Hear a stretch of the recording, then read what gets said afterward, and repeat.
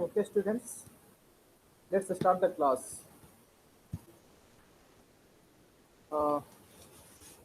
Fourth unit में हमने decision making under risk criteria तक पढ़ लिया है.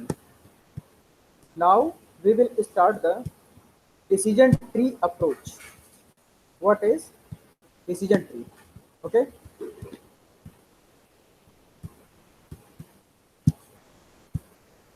so first let's go through the definition of decision tree. That's what is the decision tree. Decision tree analysis is a powerful decision making tool which initiates a structured non-parametric approach for problem solving. Okay? Actually ये decision making आपका जो हमने अभी EMV बताया था, I have told you in the expected monetary values in decision making under risk criteria, उसी से related है. But in the decision tree approach you have to represent your decisions in a graph or in a image. Okay, so it facilitates the evaluation and comparison of the various options and their results as shown in a decision tree. मतलब ये decision tree के form में ये represent करता है. It has to choose the most competitive alternative. जैसे आप उसमें EMV में क्या करते थे, जो आपका बेस्ट अल्टरनेटिव होता था उस कोर्स ऑफ एक्शन को आप सेलेक्ट करते थे. Similarly, you have to also select the best course of action in the decision tree also. Okay, it is a widely used technique for taking crucial decisions like project selection, cost management, operations management, production method, and to deal with the various other strategic issues in an organization. अब मान लीजिए कि आपको अगर वो project शुरू करने हैं, 2 या 3 4 प्रोजेक्ट हैं, उनमें से आपको कौन सा प्रोजेक्ट स्टार्ट करना है, तो आप कैसे और कब कौन सा प्रोजेक्ट सेलेक्ट करेंगे. Then you can make decision tree and you can evaluate the value of those products. After getting the value which will be suitable for you, you will select or you will decide that project. मतलब कि जब आप उसमें से आप अ, उसकी monetary value निकालेंगे और उसमें से जो आपका बेस्ट कोर्स ऑफ ऑप्शन होगा आप वो सेलेक्ट कर लेंगे. तो देखिए उसमें से जो ये बनेगा डिसीजन ट्री, एक तरह से हम उसका एक एग्जांपल दिखा रहे हैं कि किस तरह का बनता है. ट्री में क्या होता है, ट्री में there is a root and you have a stem, after that some branches. Okay, उसमें एक रूट होती है, उसमें स्टेम होता है और फिर कुछ ब्रांचेस होती हैं. तो सिमिलरली इसमें भी you have to make the graph as a tree. Okay, so a decision tree is the graphical depiction of all the possibilities or outcomes to solve a specific issue or avail a potential opportunity. Okay, it is a useful financial tool which visually facilitates the classification of all the probable results in a given situation. मतलब कि आपके पास state of nature दिए होंगे, different different state of nature में आपको कौन सा course of action select करना है. तो यहाँ पर देखिए आप ग्राफ में देख रहे हैं, ग्राफ में आपको पता लग जाएगा. ठीक, ग्राफ में आपको सबसे पहले एक रूट दिया हुआ जो कि एक स्क्वायर से डिनोट किया गया है. ठीक है, इसके बाद फिर उसमें से कुछ ब्रांचेस निकली हैं. ये आपका एक स्क्वायर दिया हुआ, फिर इससे कुछ ब्रांचेस निकली हैं और फिर उसमें से स्क्वायर बने हैं, फिर सर्किल बने हैं, फिर ये कुछ इस तरह के आपके स्क्वायर और ये एरोज बने हैं. तो जो ये एरोज हैं ये तो हो गई ब्रांचेस. जो स्क्वायर हैं इनको आप बोलते हैं डिसीजन नोड्स या चॉइस नोड. जो स्क्वायर टाइप के बने हैं ये कहलाते हैं डिसीजन नोड्स और चॉइस नोड. और जो ये सर्किल बने हैं, these circles are called chance node. Chance मतलब कि इसमें कौन सी प्रोबेबिलिटी इंक्लूड है. ठीक, और इसके बाद जो ये ट्राइंगल टाइप के बने हैं, these triangles are your value node, कि उसकी कितनी वैल्यू आई है. और these arrows are your branches.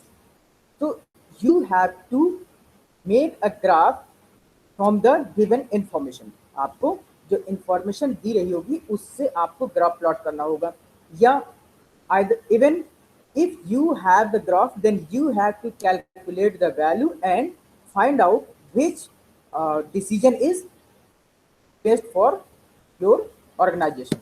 अगर आपके पास ग्राफ दिया हुआ है तो उसमें से कौन सा कोर्स ऑफ एक्शन आपके लिए बेस्ट होगा, इस तरह से आप सिलेक्ट करेंगे।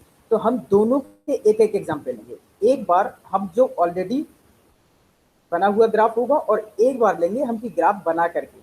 ठीक, तो इसमें क्या क्या होता है, let us see. Nodes, nodes कितने प्रकार के होते हैं? There are 3 types of node. First, a root node. Root node जिसको कि हमने अभी बताया, दैट इज डिसीजन नोड या चॉइस नोड। इसको हम रिप्रेजेंट करते हैं एक स्क्वायर से। A root node also called a decision node represent a choice that will result in the subdivision of all records into two or more mutually exclusive subsets। मतलब कि जो आपका ये बना हुआ है, ये अगर आपका चॉइस नोड है तो इसके बाद ये आपके सबसेट हो गए। These are your subset. Okay, तो फर्स्ट हो गया आपका root node. Now second, internal node also called chance node. Chance node जो कि अभी हमने एक सर्किल में बताया। ओके, सर्किल में हमने बताया these are your chance node. ये देखिए आपकी सर्किल बने हैं, ये कहलाते हैं चांस नोड। इनसे फिर अलग अलग ब्रांचेस निकलती हैं और उसमें भी आपको डिसीजन सेलेक्ट करने पड़ते हैं, course of action. okay, so this is your chance node, represents one of the possible choices available at that point in the tree structure। The top edge of the node is connected to its parent node। जो chance node होता है वो आपके parent node से connected होता है। Okay, to its child nodes और leaf nodes. और फिर इसके आगे आपके चाइल्ड नोड्स या लीफ नोड्स कहलाते हैं, जो आपके आगे ये ट्राइंगल टाइप के दिए हुए हैं। Leaf nodes also called end nodes. जहां पर आपके ये ट्राइंगल बने हैं, these are also called end nodes और leaf node, represent the final result of a combination of decisions और इवेंट। मतलब कि ये आपका फाइनल रिजल्ट होता है जिसमें से आपको आपको सेलेक्ट करना पड़ता है। ओके, तो these are the types of nodes. Now अब इसमें ब्रांचेस क्या होती हैं? ब्रांचेस रिप्रेजेंट चांसेस आउटकम्स और occurrence that emanate from root nodes and internal nodes. Branches वो होती हैं जहां से आपकी रूट नोड और जो इंटरनल नोड होती है उनके बीच में जो एरो बना हो। ओके, तो a decision tree model is formed using a hierarchy of branches. मतलब कि जैसे पेड़ में क्या होता है, सबसे नीचे जड़ हो गई, दैट इज रूट। ठीक, उसके बाद अलग अलग ब्रांचेस निकली होती है, ब्रांचेस में से लीफ होती है। तो ऐसे ही यहाँ पर मेन 3 चीजें हैं। ठीक, और जो सबसे लास्ट में होता है उसको आप बोलते हैं एंड नोड, और इस बीच में जो एरो है उनको ब्रांचेस बोलते हैं। ठीक, तो each path from the root node through internal node to a leaf node represent a classification decision rule. ठीक, तो आपको जो ये ब्रांच नोड होते हैं वो आपको कनेक्ट करते हैं, इससे जो आपके रूट नोड होते हैं और आपके पास जो एंड नोड होते हैं इनसे आपको ये ब्रांचेस कनेक्ट करते हैं। फॉर एग्जांपल के तौर पर देखिए, if condition 1 and condition 2 and condition 3 are and condition के अकर देन आउटकम जे अकर। अब देखिए मैं चित्र में दिखा रहा हूं फिर से। यहां पर ये आपकी कंडीशन है जहां एरो बने हैं, these are the condition. First condition में क्या होगा, सेकंड कंडीशन में क्या होगा, थर्ड कंडीशन में क्या होगा। तो इन कंडीशंस में आपके पास जो आउटकम्स आएंगे वो यहाँ पर आप रिप्रेजेंट करेंगे। ठीक, you will represent your outcomes here. Now अब स्प्लिटिंग क्या होती है? What is splitting? The division of the available option depicted by a node और sub node into multiple sub nodes is termed as splitting. मतलब कि जो आपके पास decision है उसको आप कई पार्ट में डिवाइड कर रहे हैं। Let us in the graph. यहाँ पर ग्राफ में देखिए, ये आपके पास डिसीजन है, दिस इज योर डिसीजन। अब इसको आप कई पार्ट में डिवाइड कर रहे हैं। ठीक, यहाँ पर आपने इसमें 3 पार्ट में डिवाइड कर रखा है। You have divided your decision into 3 सब डिसीजन। ओके, तो आपने इसको 3 पार्ट में डिवीजन कर रखा है। तो this is called your splitting. अब प्रूनिंग होती है, अगर आप इनको एलिमिनेट करते हैं, जो आपके सब node, it is just the reverse of splitting. पहले आप क्या कर रहे थे, जो आपका डिसीजन था उसको डिवाइड कर रहे थे, लेकिन अब आप अपने डिसीजन को एलिमिनेट कर रहे हैं। Okay, it is just the reverse of splitting where the decision tree maker can eliminate one or more subnodes from a particular decision node। देखिए यहाँ पर ये आपके पास डिफरेंट डिफरेंट सब डिवीजन है। अब जैसे अगर आप इनमें से इनको डिलीट करते जाएंगे तो ये आपका कहलाएगा प्रोनिंग। मतलब कि ये जब खत्म कर देंगे तो फिर ये बचेगा, ये खत्म कर देंगे तो फिर ये बचेगा। अब यहाँ पर देखिए फिर 3 है, तो इनमें से खत्म कर देंगे तो फिर ये 2 बचेंगे। तो this is called your pruning. Now what is the process, what is the process of decision tree analysis. अब आपको जो डिसीजन ट्री है उसको एनालाइज कैसे करेंगे, उसमें कितने स्टेप्स होते हैं। तो there are 5 steps that we have to follow to calculate the decision tree, to analyse the decision tree. Okay, तो first one is decision, defining the decision making problem. सबसे पहले तो आपको जो प्रॉब्लम है उसको डिफाइन करना है। Okay, the first step is understanding and specifying the problem area for which decision making is required। आपको सबसे पहले उस प्रॉब्लम को स्पेसिफाई करना है जिसके लिए आपको डिसीजन बनाना है। Now the second step is drafting a decision tree with all possible outcomes। आपको you have to draft a decision tree, means you have to interpret and chalking out all the possible outcomes to the particular issue as well as their consequences। मतलब कि आपने जो पहला root बनाया है उसके कितने ऑप्शंस हो सकते हैं, कितने पॉसिबल सॉल्यूशन हो सकते हैं आपको, या उनके क्या इम्पैक्ट पड़ेंगे वो आप उसमें इंटरप्रेट करेंगे। And in the third step, putting in relevant data with probable value, putting in relevant data with probable value।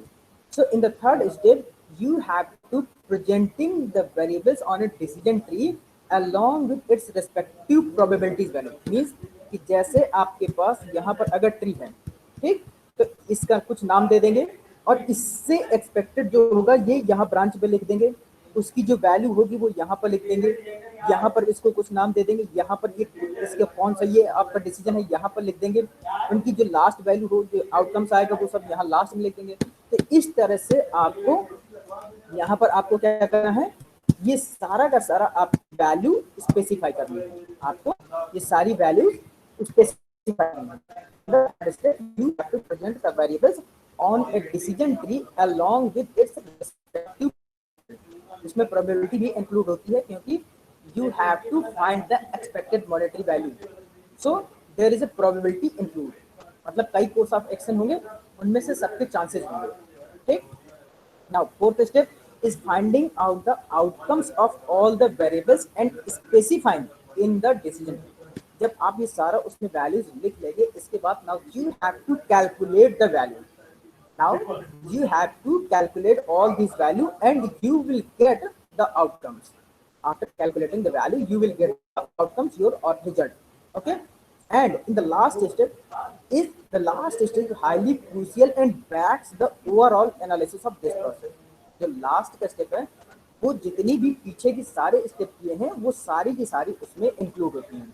It involves calculating the EMV, that is expected monetary value, for all the chances known or options to figure out the solution which provides the highest expected value। उसमें last में आपको expected value निकालनी होगी और उसमें से आपको select करना है। अब इसको और अच्छे तरीके से समझने के लिए we will take an example, we will take an example to understand the decision tree analysis। Okay, so let us take an example to enlightening upon the decision tree analysis. Let us illustrate a business situation। Okay, so example is here, ABC Limited is a company manufacturing skincare products। It was found that the business is at the maturity stage, remember this, demanding some change।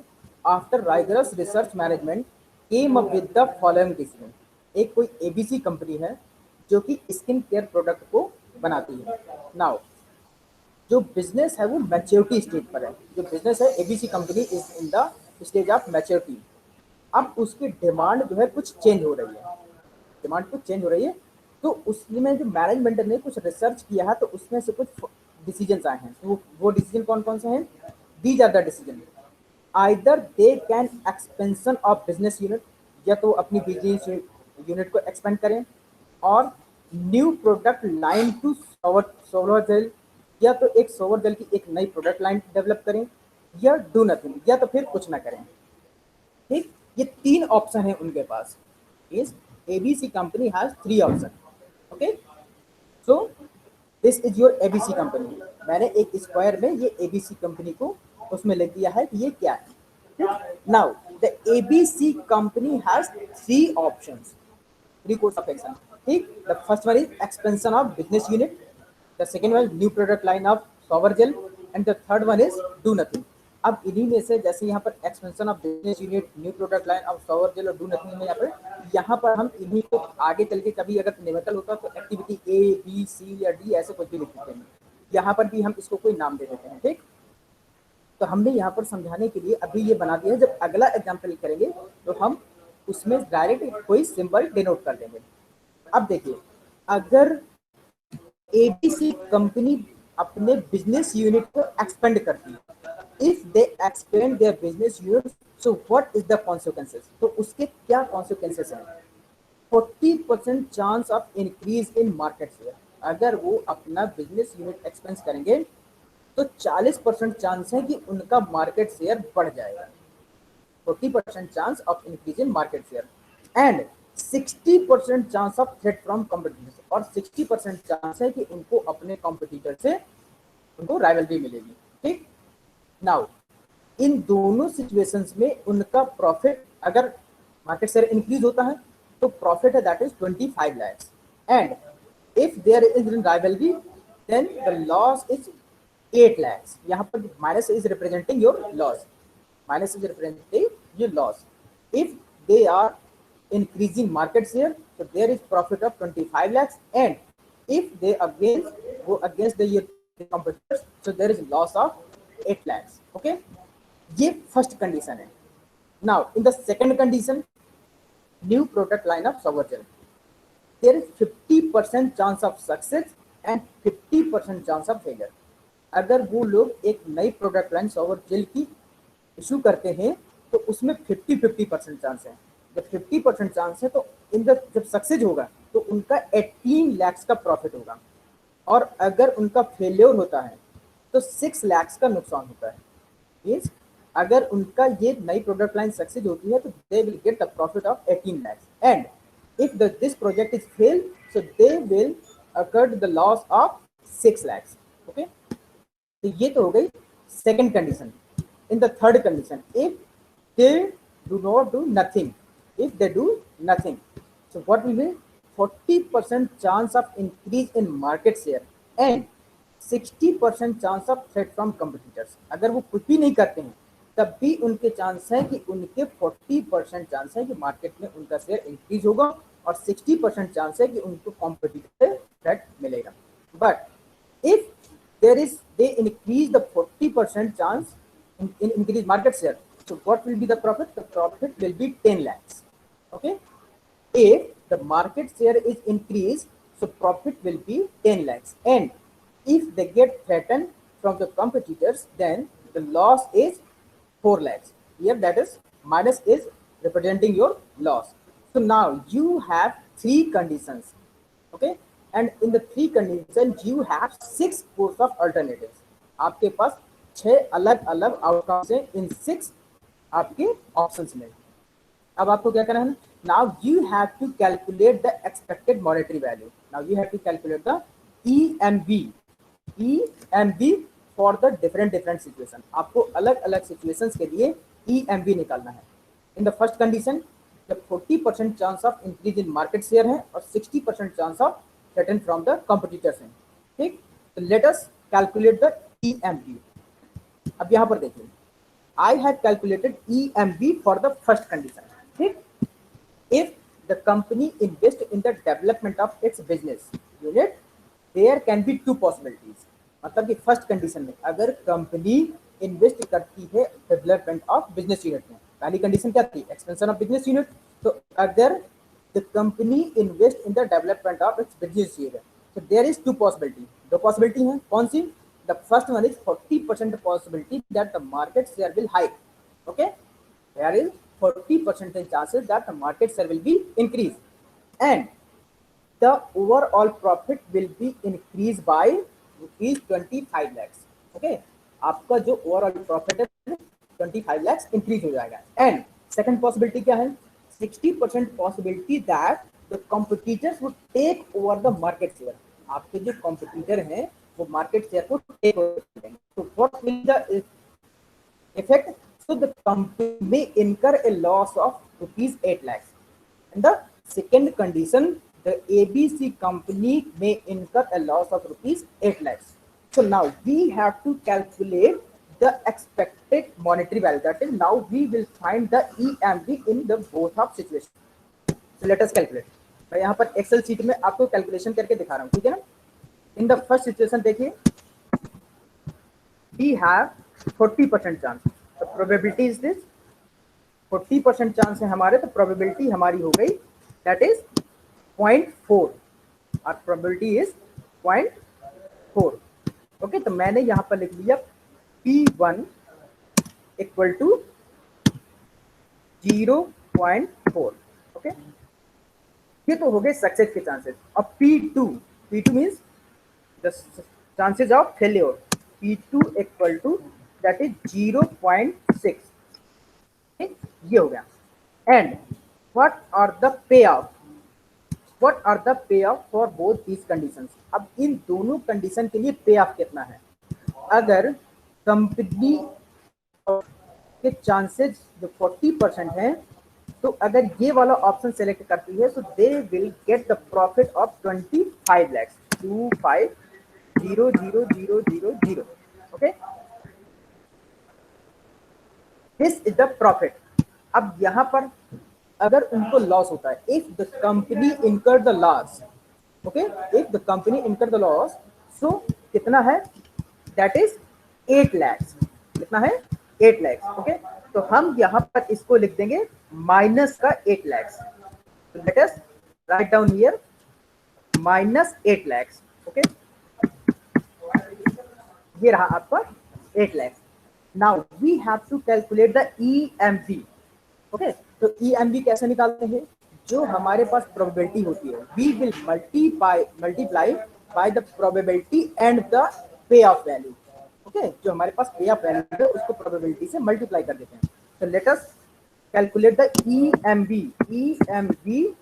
Equal to P1 that is 0.4 into how much, 25 lakhs, 25,000,000, okay. And हम expected monetary जो EMV निकालते तो plus करते थे, ठीक है ना, but यहां पर हमारे पास चूंकि लॉस है, we have bearing loss here in the second chance, in the second condition we are bearing loss, so what we will do, we will assign minus sign, okay. हम यहाँ पर माइनस करेंगे क्योंकि यहाँ पर माइनस वैल्यू है, ठीक है ना। तो what will become, that is 0.6 into loss कितने का है 8 लाख का, तो we will multiply by 8 lakhs, okay, 8,000,000, okay. ये हमारे पास EMV आ गया फर्स्ट कंडीशन में, कितना। अब हमें इसको कैलकुलेट करना है, ओके। तो we will calculate the EMV, ठीक है। तो let us apply the formula now, फॉर्मूले को हम अप्लाई करते हैं जरा, उसकी वैल्यूज लिख करके हम जो है इसको निकाल देंगे।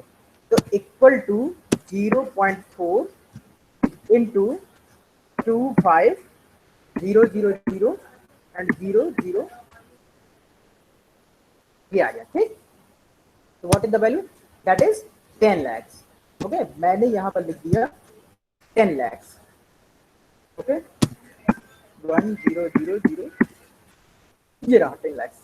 अब नाउ माइनस लिखना है, तो ये वाला वैल्यू कैलकुलेट कर लेते हैं, दैट इज यहाँ पर इक्वल टू 0.6 इंटू 8 लाख, ठीक है, 8,000,000 हाउ मच, 4,80,000, 4,80,000। तो मैंने यहाँ पर लिख लिया 4,80,000, 4,80,000, ठीक। नाउ ये प्लस में है, ये माइनस में है, तो अब हम इस 10 लाख में से इस 4,80,000 को घटा देंगे। We will subtract 4,80,000 from 10 lakh, तो इक्वल टू 10 लाख, ठीक, माइनस 4,80,000, तो कितना आएगा, दैट इज 5,20,000। ये आपका पहले का आउटकम है। This is the EMB for the your first option. यहाँ पर देखिए ग्राफ में ये आपका 5,20,000 आ गया है। यहाँ पर ये आपका डिसीजन ट्री है। तो जो अगर company expand the business units, then he will get the profit of 5,20,000. Okay, if the company expand the business unit, so they will get the profit of 5,20,000. Okay, this is the first condition. अब in the second condition, what is the second condition? The second condition is new product line of shower gel. अब अगर company shower gel की एक नई product line डालती है तो उसके क्या चांसेस हैं? Let us see. 50% chance of success. If there is 50% of chances of success, so they will get the profit of 18 lakhs. Okay, they will get the profit of 18 lakhs. And if this option is failed, if there is failure in the new product line of shower gel, so what will be happen? They incur the loss of 6 lakhs. They incur the loss of 6 lakhs. So इस condition में now we have to find the value of EMV in this condition, means when the company is launching new product line of shower gel. So let us calculate the EMV for the second option. The probability for the second, this is the condition first, and now this is the condition second. Okay, so probability is P1 equal to 0.5. Okay, and the P2 is also 0.5, that is there is 50% of 50% chance of failure and success. P2 equal to 0.5. Okay, and when they will succeed in the new product line, so the profit is 18 lakhs, that is 18 lakhs, 18,000 and 0. And if they will failure, so what will be happen? They incurred the loss of 6 lakhs, so minus 6,000,000. Okay.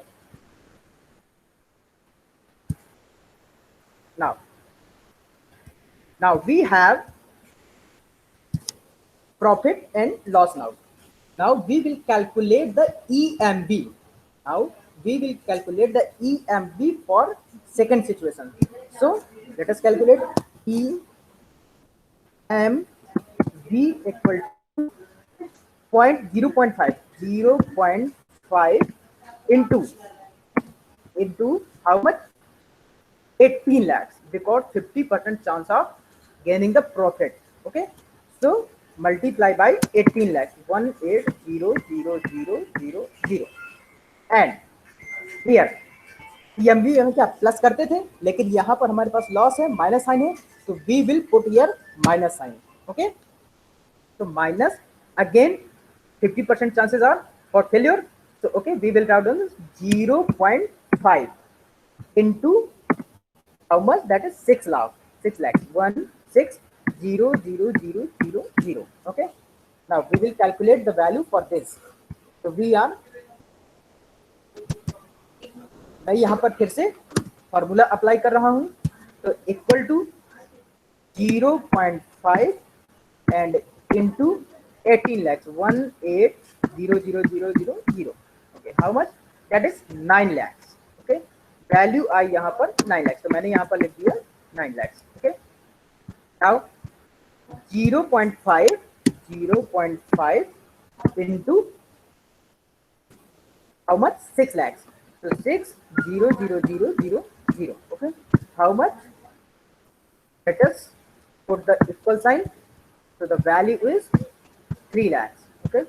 Let us see who is entered. Okay. अब यहाँ पर मैंने 3 lakh calculate किया, तो I will jot down the value 3 lakh here. Okay. And what is the difference of both of these? That is 6 lakhs. Okay. We will subtract the 3 lakhs in 9 lakhs. So let us get the value equal to 9 lakhs 9,000,000 minus 3 lakhs was 3,000,000. How much? 6 lakhs. So in the second condition, you have 6 lakhs positive value. Okay. You have 6 lakh positive value. अब आपका देखिए, in the first situation you had positive value of 5,20,000 and in the second situation you have 6 lakhs. Now again we will calculate the EMV for the third condition when company is doing nothing. When the company is doing nothing, so what is the value? Okay. So there is 40% chance of increase in market share. There is 40% chance in increase of market share and 60% chance of threaten from competitors. And when the market size increase by so increase, then profit will be 10 lakhs. And if they got threatened from the competitors, so they will incur the loss of 4 lakhs. Okay. So let us calculate the EMV for this situation. Let us calculate the EMV for this situation. Means this is the your third situation. Now, what is the probability? Probability is your for success of market X-ray, that is 40%. So P1 equal to that is 0.4. Okay, and P2 equal to 0.6. These are the probability of success and failure. Okay. Now, when the company increase the market share, so what is the profit? The profit is your 10 lakhs. Okay. 1,000,000. Again, and if they failure, so what will be the loss? That is your loss is 4 lakhs. Okay. So write down the 4 lakhs here. We will putting minus sign. Minus 4 lakhs. 4,000,000. Okay. So these are the your profit and loss in the two two situations. Okay. Now we have to calculate the EMV. How? We have to calculate the EMV for third condition. So EMV equal to how much? 0.4 0.4 into how much? 10 lakhs. 1,000,000. Because 40% are chances that they will get the profit of 10 lakhs and minus sign. Okay, because there is chances of loss, so minus sign. 0.6 into 4 lakhs. 4,000,000. Okay. Now again we will calculate this value. So 0.4 into 10 lakhs. So how much will become? That is 4 lakhs. Okay. 4,000,000. This is your value. Okay. We will put down 4 lakh here. Now 0.6 into 4. How much? That is 2,40,000. 2,40,000. Okay. Now we will subtract the 2,40,000 from 4 lakh. Okay. So what will we get? We will get the 1,60,000. 1,60,000. Okay. So this is the outcome of your third condition. This is the outcome of your third condition. Now you have three outcomes for three situations. Okay. Company was had three options: either expanding the business, or launching new product line, or do nothing. And we have calculated for all these three situations, that is expected monetary value. Okay, we have calculated expected monetary value for all these three situations. Okay, so now let us see which one is the best option. So in the first situation, the company is gaining 5,20,000, and in the second situation, company have profit of 6 lakhs, and in the third situation, the company have 1,60,000. So which one is best? The second situation is best. Okay, so it means companies should launch a new product line of a shower gel. Is now decision maker can make the decision of second choice, that is the company should launch a new product line of a shower gel. Okay, let us see now. In the first situation, you have calculated EMV, that is 5,20,000. In the second situation, 6 lakhs, and in the third situation, that is 1,60,000. Now, interpretation from the above evaluation. From the above evaluation, we can easily make out that the option of a new product line has the highest EMP. Let us see. This is your highest EMP. That is new product line of a shower gel. If company will launch a new product line of shower gel, so he will get the higher profit. Okay.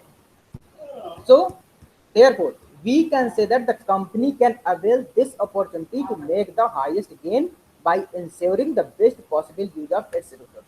तो हम इसके base पर कह सकते हैं कि company इस opportunity को अपना कैश कर सकती है, अपना हाईएस्ट गेन करने के लिए उसके पास जितने भी रिसोर्सेज हैं, तो इस अपॉर्चुनिटी को कैश करने के लिए वो सेकंड ऑप्शन को select कर सकती है. Okay, so this is your interpretation of result.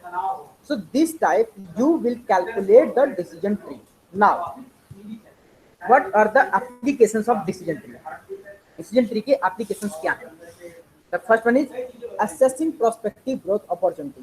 Means one of the application decision tree involves evaluating prospective growth opportunities for business based on historical data. आपके पास जो हिस्टोरिकल डेटा है उसके base पर, जैसे हमने अभी ये निकाला है, EMV निकाली है, तो अगर आपके पास इस तरह की इंफॉर्मेशन है तो आप उसमें से बेटर डिसीजन, मतलब कि आप स्ट्रेटजीज बना सकते हैं, आप अपने बिजनेस को एक्सपेंड कर सकते हैं और अपने बिजनेस को ग्रो कर सकते हैं. So you have opportunity for your business growth. Okay, you can assess prospective growth for opportunities. Okay, and the second, using demographic prospective clients. Means another application of decision tree is in the use of demographic data to find prospective clients. They can help in streamlining a marketing budget and in making informed decisions on the target market that the business is focused on. In the absence of decision tree, the business may spend its marketing without a specific demographic in mind, which will affect its overall revenue. Demographic data में कैसे क्या होता है कि demographic data कहाँ पर कितनी income है, वहाँ पर किस तरह का प्रोडक्ट चाहिए, वहाँ पर एजुकेटेड लोग हैं कि नहीं है, ये सारी अगर इंफॉर्मेशन है तो आप क्या है वहाँ पर बेटर डिसीजन बना सकते हैं अपने प्रोडक्ट के लिए. ठीक है ना. तो decision tree is also used in demographic data to find prospective clients. आपको अपने कस्टमर्स को फाइंड करने में हेल्प मिलती है इससे. ठीक. Now in the third one is serving as a support tool in several fields. ये डिसीजन मेकिंग में जो है कई जगह इसका इस्तेमाल होता है. जैसे lenders also use decision tree to predict the probability of a customer defaulting on a loan. जो बैंक वाले क्या होता है, वो कुछ कंडीशन में प्रोबेबिलिटी निकालते हैं, प्रेडिक्ट करते हैं कि कौन सा लोन हमारा डिफॉल्टर होगा. तो किसी ने कुछ समय तक पे किया, after that he is not paying the installments, so they can predict the defaulters. Okay, how can they predict? By applying predictive model generation. By predictive model generation using the client's past data. जो हमारे पास clients हैं उनके past data का analysis करके, ठीक, कि उन्होंने कितनी इंस्टॉलमेंट पे की हैं, कितनी नहीं की हैं, उसका पास्ट रिकॉर्ड कैसा है, तो इन सबको एनालाइज करके हम उसके बारे में निकाल सकते हैं. तो जिससे हमें अगली बार स्ट्रेटजीज बनाने में आसानी होगी। Now decision tree can also be used in operations research, in planning, logistics, and strategic management. They can help in determining appropriate strategies that will help a company achieve its intended goals. Other fields where decision tree can be, जैसे engineering में, education, business में, health care में, finance में, कई जगह इनका इस्तेमाल हो सकता है। ठीक, तो these are the some applications of decision tree approach and what are the advantage, इसके बेनिफिट्स क्या हैं। Benefits first, depicts most suitable project solution, मतलब कि सबसे मोस्ट सुटेबल, जैसे हमने अभी जो निकाला था तो उसमें पता लगा कि हमें कौन सा प्रोजेक्ट हमें सेलेक्ट करना है, हमें कौन सा ऑप्शन सेलेक्ट करना है। तो डिसीजन ट्री की हेल्प से we can select the are appropriate project. Okay, it is an effective means of picking out the most appropriate project or solution after examining all the possibilities. हमारे पास जितनी भी possibility थी हमने सब कुछ check किया और उसमें से हमारे पास जो सबसे इफेक्टिव प्रोजेक्ट था हमने उसको सेलेक्ट कर लिया। And second one is easy classification and data interpretation. Easy classification मतलब कि नॉट बीइंग रॉकेट साइंस, इसमें कोई ज़्यादा आपको कुछ नहीं करना है। आप सीधा सीधा जो ट्री बनाएंगे उसमें से आपको जो डेटा है आप उसमें पुट करते जाइए। Okay, decision tree eases out the process of segregation, okay, of the acquired data into different classes. उसमें सारा डेटा अलग अलग दिया हुआ है। Now you have to put all these data in your decision tree, such as I have put it now. अभी मैंने put किया था ना क्या से, उसमें जो प्रोबेबिलिटी पॉसिबिलिटी सब रखी थी। अभी और एक एग्जांपल और देंगे तो उसमें और देख लेंगे। Now assist multiple decision making tools. It is also benefits the decision maker by providing input for other analytical methods like nature's tree. ठीक, consider both categorical and numerical data. इसमें कैटेगरिकल डेटा भी होता है, मतलब कि जो category wise. अब जो हमने पीछे डेटा इस्तेमाल किया था तो उसमें कई तरह का डेटा इन्वॉल्व था, जैसे कि जो हमारे पास प्रोबेबिलिटी वाला डेटा अलग था और जो हमारे पास आउटकम्स है उसका अलग था। तो हम हर तरह के डेटा को इसमें इस्तेमाल कर लेते हैं, न्यूमेरिकल डेटा भी और कैटेगरिकल डेटा भी, ठीक है ना। Now initiate variables analysis, it's structured phenomena also facilitates the investigation and filtration of the relevant data.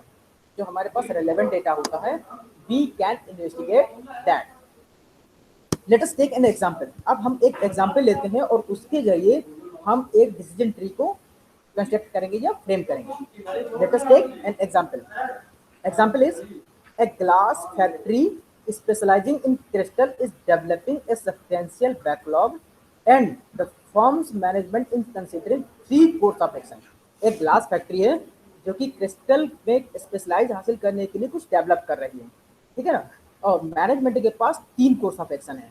S1 पहला course of action that is S1 क्या है, अरेंज फॉर सब कॉन्ट्रैक्टिंग, मतलब या तो वो सब कॉन्ट्रैक्टिंग को अरेंज करें। And second of course action begin overtime करे। And the third one is construct new facility, या तो फिर वो कोई नई फैसिलिटीज को कंस्ट्रक्ट करे। Now the factory has three course of action. Now the correct choice depends largely upon future demand, which may be low, medium or high. अब जो करेक्ट चॉइस है वो जो फ्यूचर में डिमांड होगी उस पर डिपेंड करेगी। और डिमांड तीन तरह की है, that is low, medium and high. There is three types of demand and the all these situation will be depend on these three situation. So it means when the demand is either low or high or medium. Okay, by consensus management ranks the respective probabilities, मतलब कि पिछले record से management ने जो कुछ possibilities हैं उनको rank कर रखा है। कैसे, 0.10, 0.50 एंड 0.40। मतलब कि लो के लिए 0.10 10%, मीडियम के लिए 0.50 और हाई के 0.40। मतलब कि 10% चांस है कि लो डिमांड रहेगी, 50% चांस है कि मीडियम डिमांड रहेगी और 40% चांस है कि हाई डिमांड रहेगी। ठीक है, ये हमारे पास पॉसिबिलिटी है। Now a cost analysis reveals the effect upon the profits that is shown in the given table।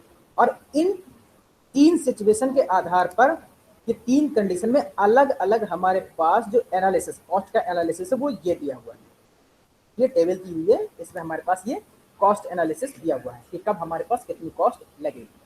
ठीक है ना, ये सब रुपीज में है। ये 10, इसके आगे 000 तीन बार अलग है, जैसे ये 10 का मतलब 10,000, 50 का मतलब 50,000। Okay, now so this decision situation is in the form of decision tree and indicates the most preferred decision and corresponding expected value. अब हमको इस सिचुएशन को डिसीजन ट्री में इफेक्ट करना है और हमें बताना है कि सबसे मोस्ट इफेक्टिव या प्रेफर्ड डिसीजन कौन सा है और उसकी एक्सपेक्टेड वैल्यू निकालनी है। ठीक, तो लेट अस सी फर्स्ट कंसिडर करते हैं हम वैल्यू के लिए। सबसे पहला हमारे पास मैंने यहाँ पर एक ये कंपनी कौन सी थी, ग्लास फैक्ट्री, ये मैंने यहाँ पर डाल दिया 1, this is your glass factory. अब ग्लास फैक्ट्री के पास तीन ऑप्शन थे, S1 ये मैंने डाल दिया, subcontracting. The first course of action was subcontracting, that is S1, so I have draw a line that is A, okay, subcontracting. And the second course of action was begin overtime, okay, so that is S2, so S2 overtime is your B. And what is the construct for third course of action, that is construct new facility, that is S3। तो देखिए यहाँ पर मैंने तीन option बना दिए, A, B और C। पहला क्या है, सब कॉन्ट्रैक्टिंग, दूसरा ओवरटाइम, तीसरा कंस्ट्रक्टिंग न्यू फैसिलिटीज। ये हमारे पास A, B और C ये तीन ऑप्शन आ गए। नाउ तीनों में अलग अलग सिचुएशंस क्या है। जब प्रोबेबिलिटी में डिमांड लो रहेगी, प्रोबेबिलिटी 10%, मीडियम में 50% और हाई में 40%, ये तीनों सिचुएशन में ये हमारे पास डिमांड का दिया हुआ है। अब हमें निकालना है इसकी वैल्यू। अब हमें इसकी निकालनी है वैल्यू, कहाँ से, हम निकालेंगे यहाँ से। ठीक है ना, हम निकालेंगे यहाँ से। तो फर्स्ट कोर्स ऑफ एक्शन के लिए हम कैसे निकालेंगे, 10 इंटू 0.10। अब यहाँ पर एक्सेल में निकाल रहे हैं, 10 इंटू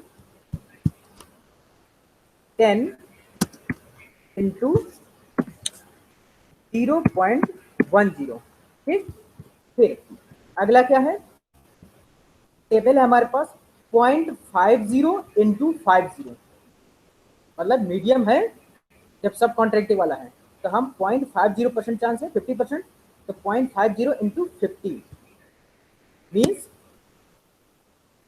0.50 इंटू 50, तो प्लस 50 इंटू 0.50। ठीक, and in the third situation में क्या है, लेट अस सी। थर्ड सिचुएशन में है हमारे पास 50 इंटू 0.40, तो 50 इंटू 0.40,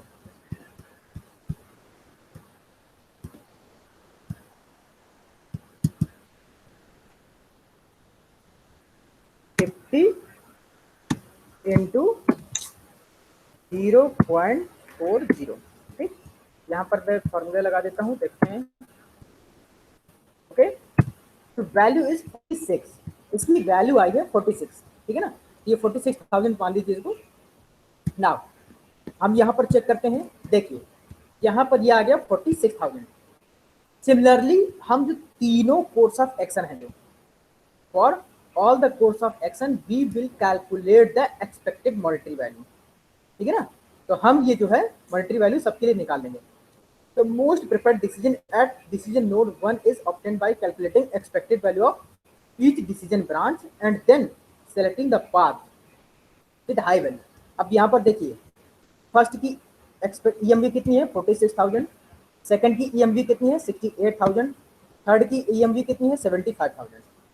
तो since node C means your constructing new facilities, आपका क्या है ये थर्ड वन वाला, constructing new facilities. Okay, so since node C has the highest EMP, since constructing new facilities project have highest expected monetary value, So the decision at node 1 will be to select the course of action as 3, that is construct new facilities. तो इस तरह से हम इसको decision tree को calculate करके हम select कर सकते हैं कि हमारा कौन सा प्रोजेक्ट बेटर था। ठीक, तो हमारे पास यहाँ पर जितने भी ऑप्शन थे हमने तीनों को कैलकुलेट कर लिया। We have three course of action. We have three course of action, that is S1 arranged for subcontracting, which gives the result of 46,000, and S2, that is second course of action, means beginning overtime. So the expected the EMV for this, that is 68,000. Okay, and the third course of action was to constructing new facilities, and the expected monetary value for this project is 75,000. So now, since the expected monetary value of constructing new facility is highest, so decision maker will select your third course of action. Okay, जो decision maker है वो आपका third course of action को select करेगा।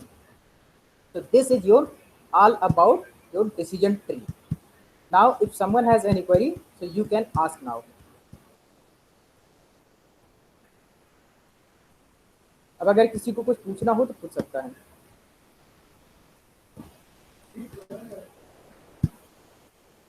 Everybody write down your name in chat section for attendance.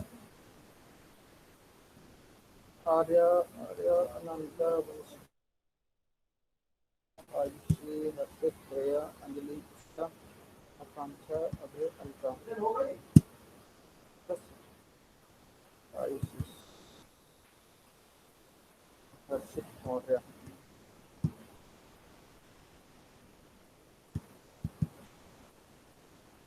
Okay, there is no query. So we are winding up today's class.